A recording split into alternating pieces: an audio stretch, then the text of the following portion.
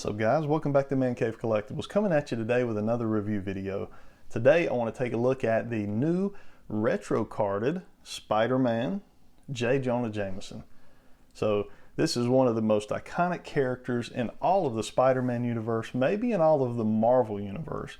If you've read comics, you typically know who J. Jonah Jameson is. He's also been made famous through movie appearances and things like that. So very, very iconic for us that collects Marvel Legends based on a certain criteria. In my particular situation, I collect Spider-Man and kind of his main characters. So a J. Jonah Jameson figure is extremely important to me.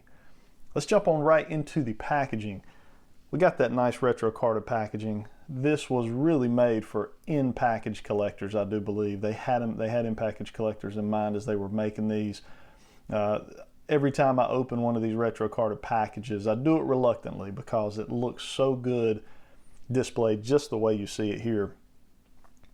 But we can see here on this blister packaging with everything pretty much that he comes with: a Daily Bugle, opened up, Spider Sham it says on it, a rolled up newspaper, a couple alternate hands. Got a nice little cartoon image here of J. Jonah Jameson on the side. Love this old Marvel Comics kind of retro logo. Flipping onto the back, we get that same retro feel on the card back.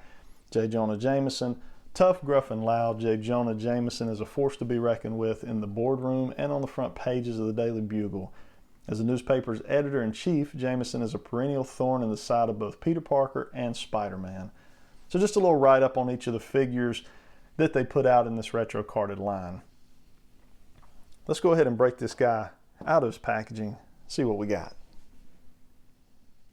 All right guys, we got our J. Jonah Jameson figure out here on the review table, and let me tell you, he looks fantastic. But I'm going to vent for 1 second. I really, really wish Hasbro and the Hasbro Marvel Legends team would think hard about the feet that they put on these figures. I just spent 2 or 3 minutes just trying to get the guy to stand up. So when they do these rounded feet, when the bottom of them are rounded versus just a flat foot, it really makes it tough to get them to stand. Very frustrating to me. That's probably one of the most frustrating things in all of collecting. In any line that I've ever collected is a figure that will not stand easily and stand securely. Drives me nuts. So he has a little bit of that issue with his dress shoes on. So we'll take a look and I'll show you what I mean by the curved feet on these figures. It just doesn't give them a firm base, a flat base to stand, you know, when we're going to pose them. So we have to come up with other ways to get them to stay upright and not falling over on our shelves. Let's go ahead and jump right on into the accessories, which we've kind of been able to see pretty well in the window packaging. We've got a Daily Bugle. It's just a rolled up Daily Bugle. It's hard plastic. Can't really bend it or flex it in any way, but you can see it's just sculpted. Has Daily Bugle written there real nice. Looks good. This will fit right there in his kind of hand that's kind of made for it. And then also we've got a newspaper that is made out of paper, so this would be one you could damage very easy. Has a few little articles there, and on the back as well, Electro. Talks about the Cyborg Spider-Man, which is pretty cool. We know that's a figure that we've recently acquired through Marvel Legends. So really nice. You can see that he does have a fist hand for his left hand. They give you also a accessory holding hand here for the left hand as well. If you wanted to swap that out, have him holding that newspaper in the left hand. And then really probably the most iconic hand that you would imagine J. Jonah Jameson having, the pointing finger, as he's pointing and yelling at Peter Parker, or he's pointing at a TV screen as Spider-Man is on the TV screen. Very, very angry guy. So when you got an angry guy like J. Jonah Jameson, you need a pointing finger. Jumping right on into the figure itself, we can see here he looks phenomenal. They really, really did a good job with this guy. We'll bring him up here close and take a look at him. Got that iconic mustache there. The hair is perfect, you know, kind of that marine cut with the white sides and dark on the top. Got his mouth open already, kind of in an angry type of pose. He's got a just a soft rubber soft plastic tie there.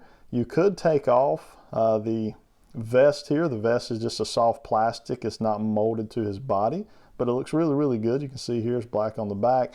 Got some sculpting detail there for the strap on the back. One area probably of improvement, you can see here the belt buckle is a little messy on mine. The gold there, it looks like it's kind of maybe even just scraped off or scratched off, maybe never got on well enough. The shirt is molded. It is part of his molded body as well as molded into the arms here. So if you did take the vest off, it'd kind of make everything look a little wonky there in the shoulder area.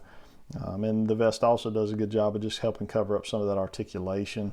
Then moving on down, we've just got the dress pants here and the dress shoes. And what I mean by the bottom of the feet, you can see those feet want to curve. They kind of curve up toward the end. And it just doesn't give you very much base to stand, you know, a 6-inch figure on. The feet are on the smaller side.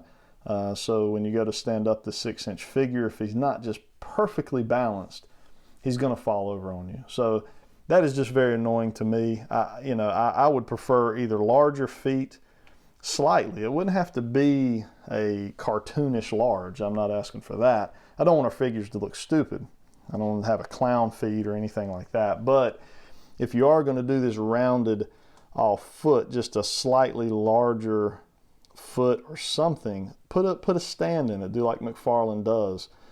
Put a small clear peg stand. You already have the peg holes. Give us a peg stand in with the figure. These already are the same price as most Marvel Legends without a Build-A-Figure piece.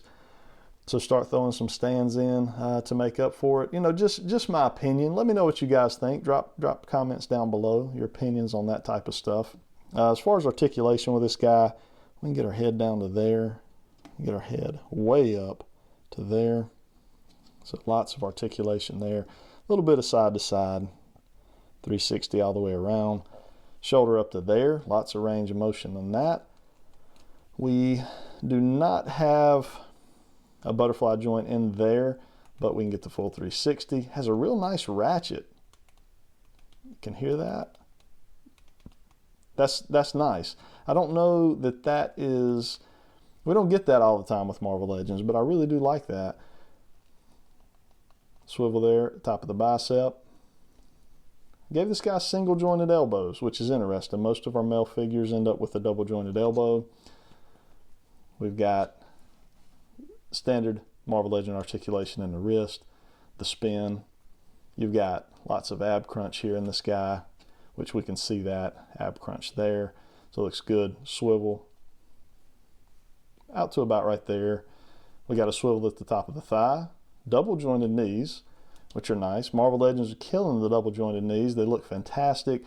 I think they've cleaned them up a ton. I mean, you can just look, that to me looks very clean for a $20 figure. Very happy with that. Then down here, we get our rocker as normal. You can get back a lot, but we're not going forward very much because we're hindered by the dress pants. The dress pants is a hard plastic. They're not going to get out of the way, so you're not going to be able to really get any tilt forward at all, but it'd be hindered by that. But again, you can get enough there. All right, so let's go ahead. We'll bring in a couple additional figures here to compare this guy to from the Spider-Man universe and wrap up our video.